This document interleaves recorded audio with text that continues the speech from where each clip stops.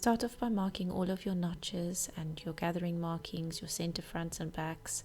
Also mark the fold line on your pocket on the right side and make a little snip by fold line 1 and fold line 2 on your back bodice. Stay stitch your necklines by making a line of stitches within the seam allowance. I'm moving the position of my needle to make this easier. This stitching helps prevent the necklines from stretching while you're working with your pieces. Sew from each shoulder seam down to the center, and then on the other side from the shoulder seam down to the center again on both the front and the back bodice pieces.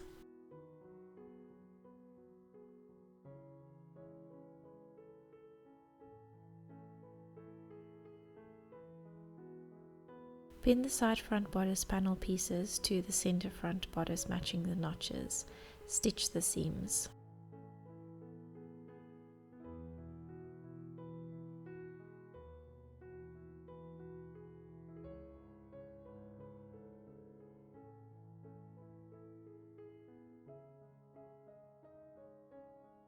Throughout this pattern you can finish your seams in whichever method you prefer. You can use your overlocker, you can use a wide zigzag stitch to go over the raw edge, or you can even use a pinking shears.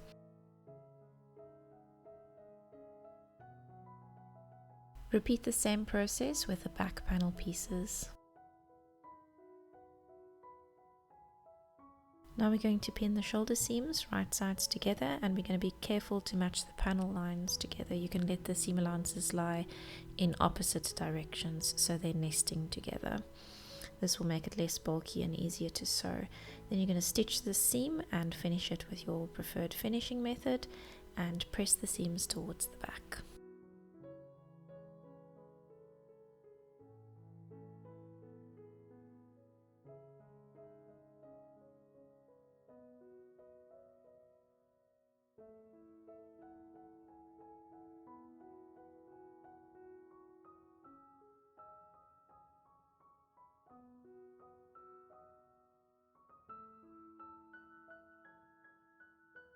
Take your binding piece and press it in half along its length with the wrong sides on the inside. To fuse the button plackets, you can just use the template that's on your pattern, and I'm using a lightweight cotton interfacing, and I'm just placing that interfacing over the pattern piece because I can sort of see through it, and then I can just cut according to that shaded out area.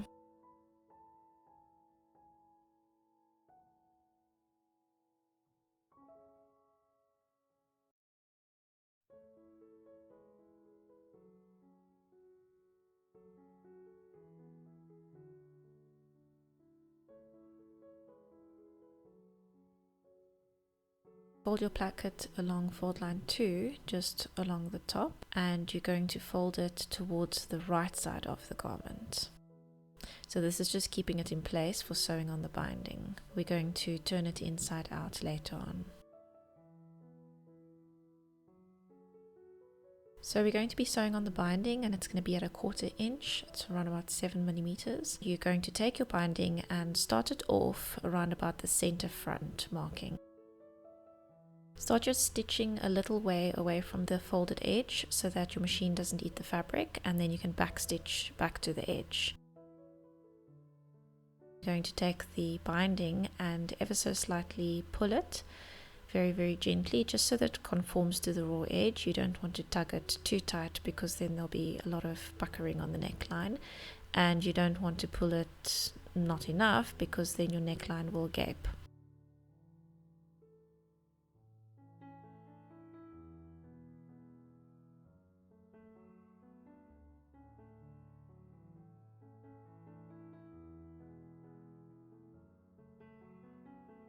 When you get to the end, once again at about center front, you're going to lift your presser foot with your needle down so that you can trim away the excess binding, and then you can carry on and stitch right to the folded edge.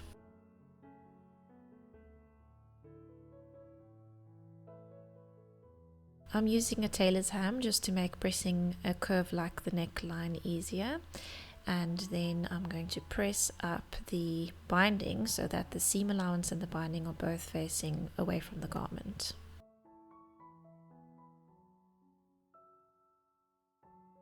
Now we're going to understitch the binding, which means we're stitching very close to the seam line, and we're stitching the binding to the seam allowance so that it wants to naturally fold towards the inside of the garment.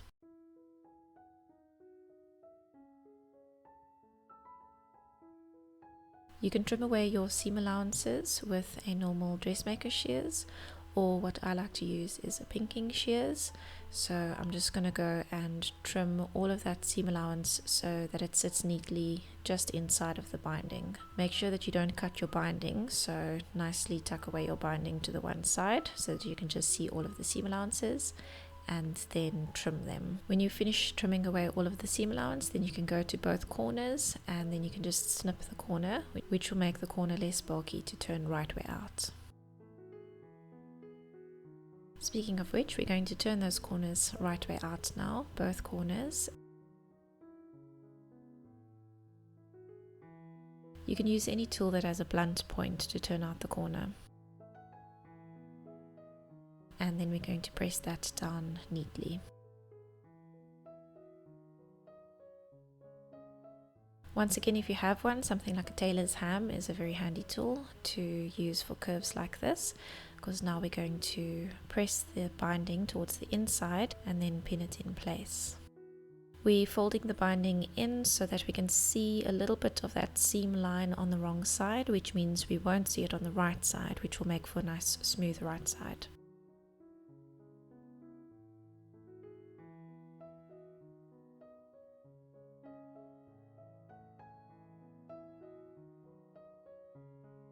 Now we can press down the button band. I like to just take a ruler and just quickly measure that it's the same all the way down. You can either pin this down, or if you have some, I like to use this fusible hem tape because it just makes for a very easy sewing process.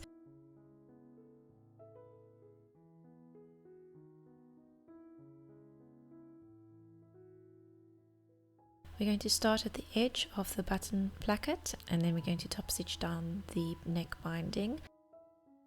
I like to do this from the wrong side because I can see the very edge of the binding.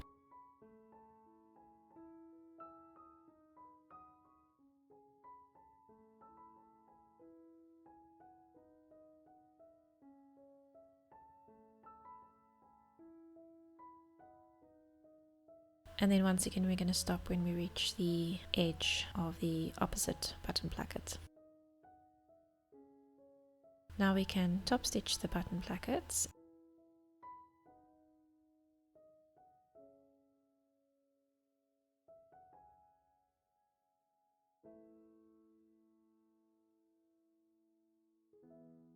If you want to, you could make a practice buttonhole for your particular button that you chose, and then you can just measure it and you can mark where the buttonhole is going to go, and then you can do those markings onto your fabric. You can then sew the buttonholes according to the particular instructions of your sewing machine. Take the right hand button placket and baste it over the left button placket. I'm basting it at 2 centimeters because I'm going to be removing those stitches later.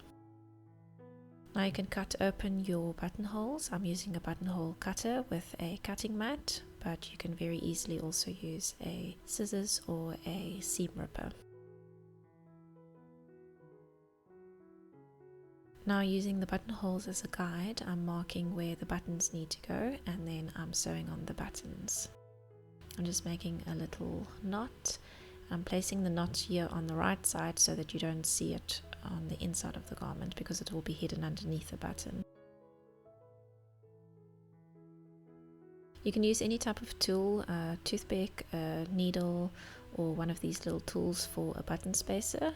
The button spacer is just so that you make space for the opposite button placket to fit under your button, so it just needs to basically be the thickness of your button placket.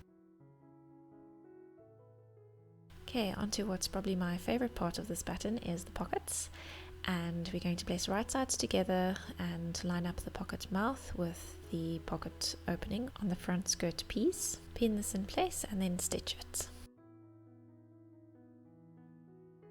Press the seam allowance away from the skirt towards the pocket, because just like the neck binding, we're going to be understitching the seam allowance to the pocket so that it rolls nicely towards the inside of the garment.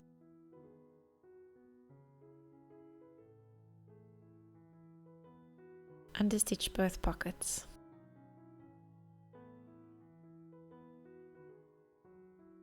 You can then trim the seam allowances and then clip the edge so that it lies nicely in the curve, or you could just use the pinking shears, because this basically does both. It trims and it clips at the same time.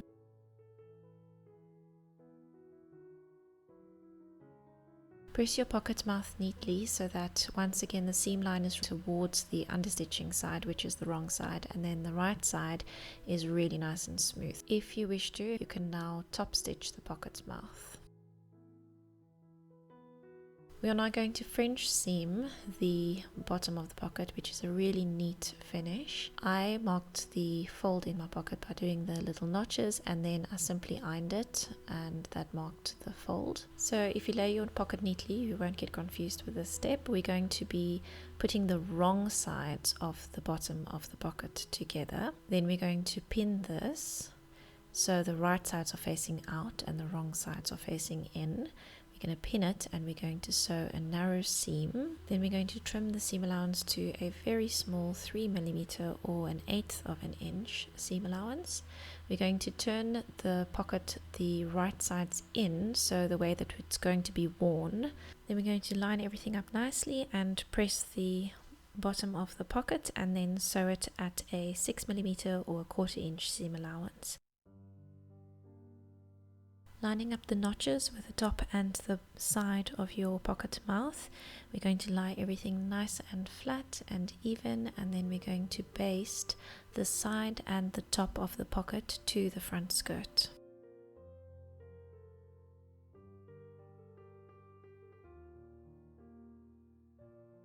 To prepare for gathering the front skirt, we're going to be sewing 2 lines of basting stitches.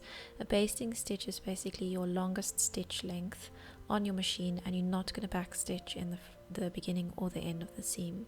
So I'm starting by making a line of stitches 5mm away from the raw edge, and then I'm going to make another seam 1.5 centimeters away from the raw edge, which will make it 1 centimeter away from the first line of stitching. This means that we're going to be stitching the seam at a 1 centimeter seam allowance, which will fall right in between these 2 lines of stitches. So I've made these 2 lines of stitches on both my front and my back skirt pieces.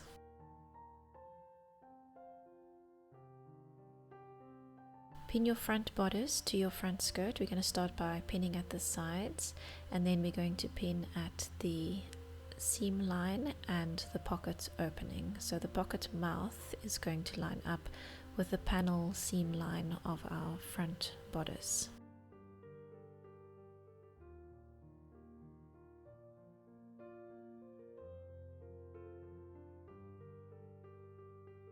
Make sure these are lined up perfectly, because it will be very visible from the front of your garment. You can sort of feel where the seams are lying, and then you can make sure they're nesting in perfectly.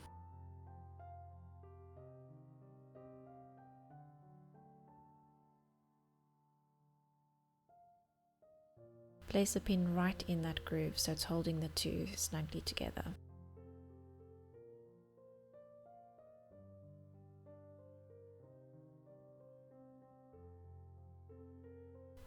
So to recap, at this point you should have pins at your side seams, at your pocket mouth opening, and then also at your center front, matching those together.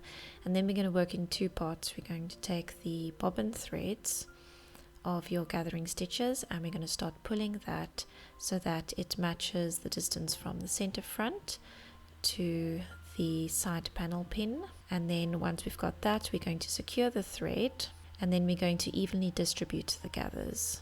Pin all of that in place, and then do the same on the other side. Once you're happy that all of your gathering is lying nice and even, then you can just quickly flip your garment to the right side so that you can check that the panel lines are perfectly matching with the pocket mouth.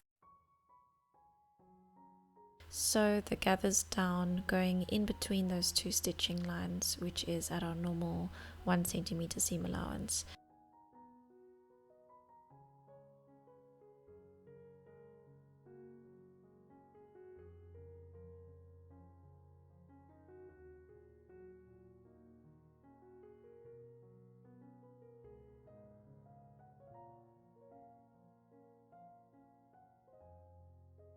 You can now remove your gathering stitches.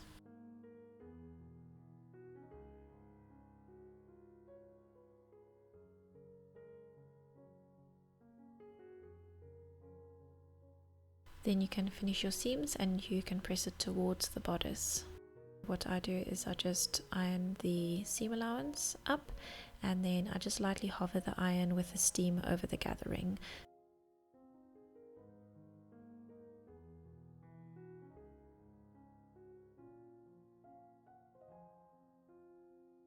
Do the same process for the back, lining up the back bodice with the back skirt at the center notches, and then using the notches on the back skirt piece to line up with the panel lines on the back bodice piece.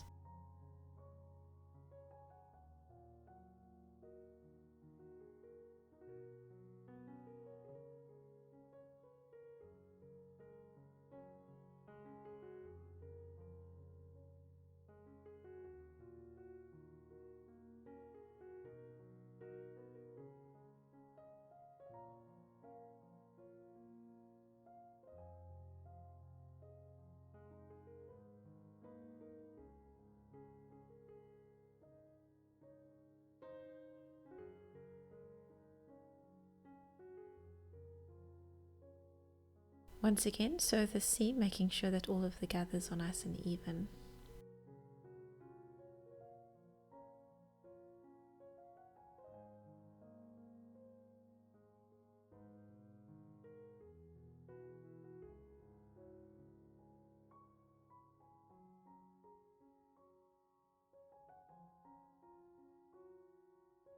Remember to remove the basting stitches that's at the bottom of your button placket.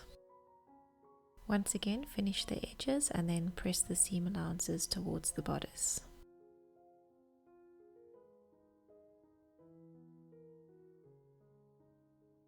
Pin the side seams, making sure that the waistlines are meeting each other nicely. You can take the seam allowance on the ends here and face them in opposite directions so that the seam neatly nests together. Then continue to pin the whole of the side seam. Once you've sewn the side seams, finish your raw edges and then press the seams towards the back.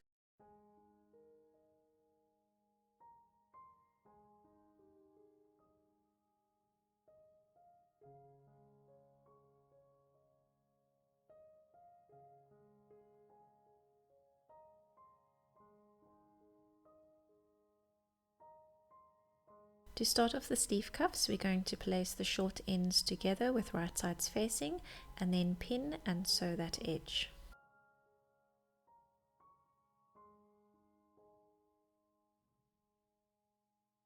Press the seam open.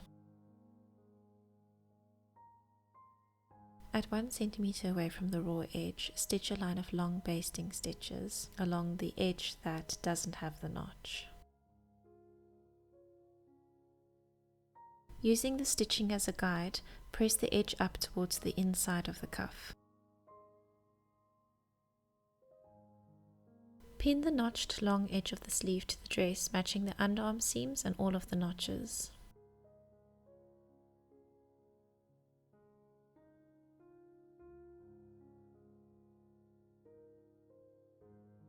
Stitch the seam and press the seam allowances towards the sleeve.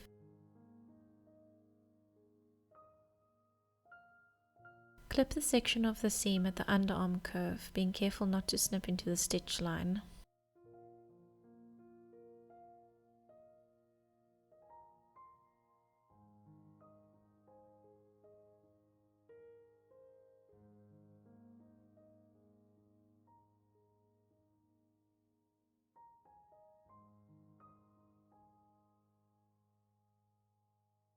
Fold the cuff in half along its length so that its folded pressed edge meets the seam line of the bodice and cuff attachment seam.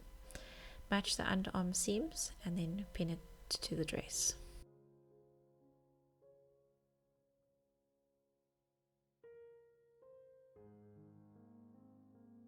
Stitch in the ditch or edge stitch as preferred. Stitch in the ditch is that you're going to stitch right into that groove of the seam, and edge stitching means you're going to be stitching just inside of that groove on the cuff side.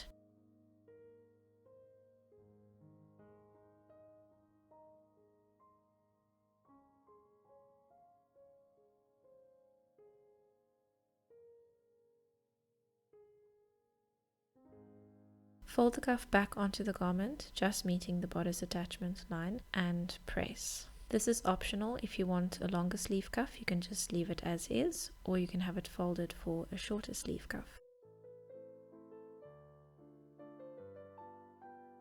If you want this fold to remain permanently in the cuff, then you can stitch it down. You can stitch in the ditch at the underarm seam. This seam is really thick, so to help you get started, you can use a tool or just a folded up piece of fabric or anything that will level out your presser foot, and you can hand tack the top down. And I'm doing it inside the cuff fold so that you can't see the stitching when it's done.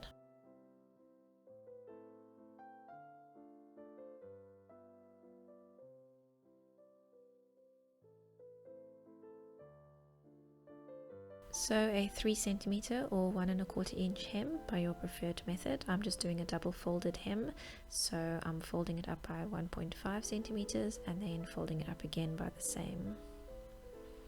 Then I'm just going to be stitching it on the wrong side, right on the folded edge.